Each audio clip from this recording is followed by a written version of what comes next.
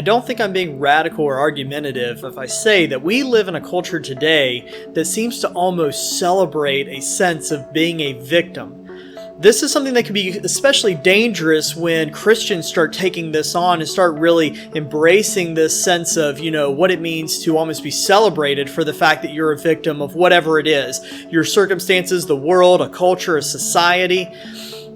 In reality, this idea of embracing being a victim is something that is really antithetical to who God calls us to be. In Joshua 1, there's this section that you guys can read where basically the people of Israel are going to start beginning their journey where they're going to be taking back the promised land that was promised to them. It's this great covenant that God makes with his people of victory. And his encouragement to them is this, to be strong and to be courageous. This is something that, again, looks so different than maybe so much of what we see today. Individuals who are almost celebrated for the fact that they were made a victim by their surroundings. Now, we can see what happens from a spiritual perspective whenever somebody who is following God themselves actually takes on this victim mentality. This is something you'll read in Jonah 4. Now, what I want you to pay attention to when you look at the last chapter of Jonah, a chapter that people oftentimes kind of just skip over when they talk about Jonah, is pay attention to why Jonah feels like he's a victim. It's really rooted in the fact that he feels like he is owed something. And that's where things start going so wrong. Because you see, we as Christians and we as followers of God understand that in reality, we are owed nothing. But God has blessed us with everything. And so when we don't get things we want, when we do reach adversity, and it's not so much that we're a victim as much as it is, that's kind of the natural state of things. However, when things good happen, then it's truly a reason to celebrate and to offer thanksgiving to God.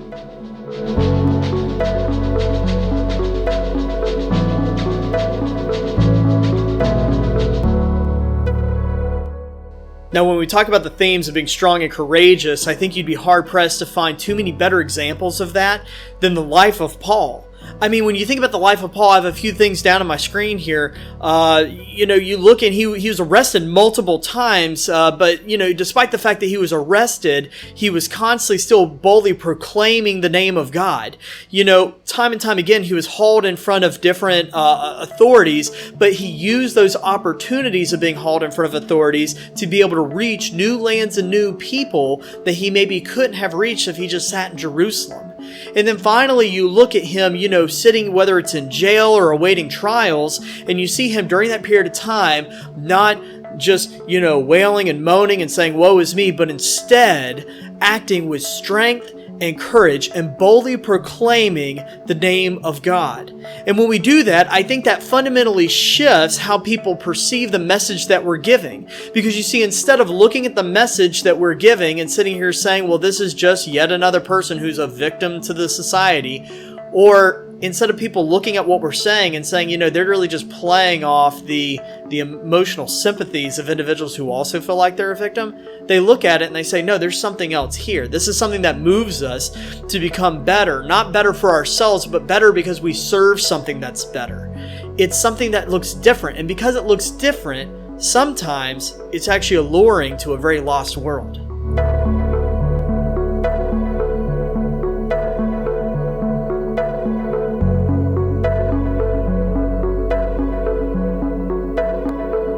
Now, it's one thing to talk about strength and courage, but let's not fool ourselves.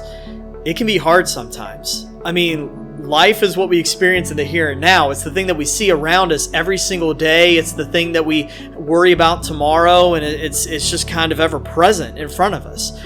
And so sometimes when we talk to other Christians about strength and about courage, they can look at their own lives or look at whatever horrible tragedy they're going through or the trial that they may be having to endure and saying, I don't see a lot of strength and courage in this. So how exactly can I live with this sense of strength and courage despite everything that's going on in my life? This is where I would actually point back to maybe some of those earlier points in the story of Jonah. When you go in Jonah 2, and you'll read this in your groups, what you're going to see is the fact that Jonah was not sitting on a mountaintop. Jonah did not seem like he had any way out of his current situation, but yet he found strength and he found courage through God. through his faith, he was able to find the strength and find the courage to say, you know what, despite whatever I'm going through right now, despite whatever I feel like I may be owed, I know that I'm owed nothing and that God is God. And at the end of the day, no matter what I'm going through, no matter how dark and how dreary and how hopeless it may seem, I know that there is something bigger, that there is a victory that I live for. And that is what I place my hope in, because that's something that's never going to fade away, no matter what this world is going to throw at me.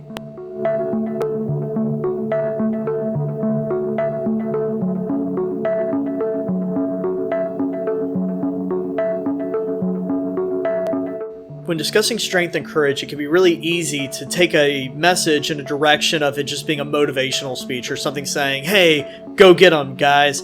But in reality, that's not what we're here for. What we are here for is to try to relate and to try to draw closer to our God, who desperately wants to have a relationship with us. But that's where we find our strength and courage. Because you see, God is the ultimate victory. He is the ultimate thing that can carry us through. When everything else fails, even when our own ways and our own methods fail, when everything else around us fails and society fails, God still remains the same and God still wins. And that is why it becomes so important for us to develop a close relationship with God, to be in the Word, to be praying to God, to be having a relationship and fellowship with other Christians so that we can draw closer to God. Because when we have that relationship, it means that no matter what tries to stand against us, we will prevail. Not because of anything within our power, but because we know that we serve that God who had said, the gates of hell will not prevail. The church, God's body, is going to be able to push through and overcome no matter what this world can throw at it. And we get to inherit that strength and courage, not because it comes from ourselves, but because it comes from God above. God bless. We'll see you next week.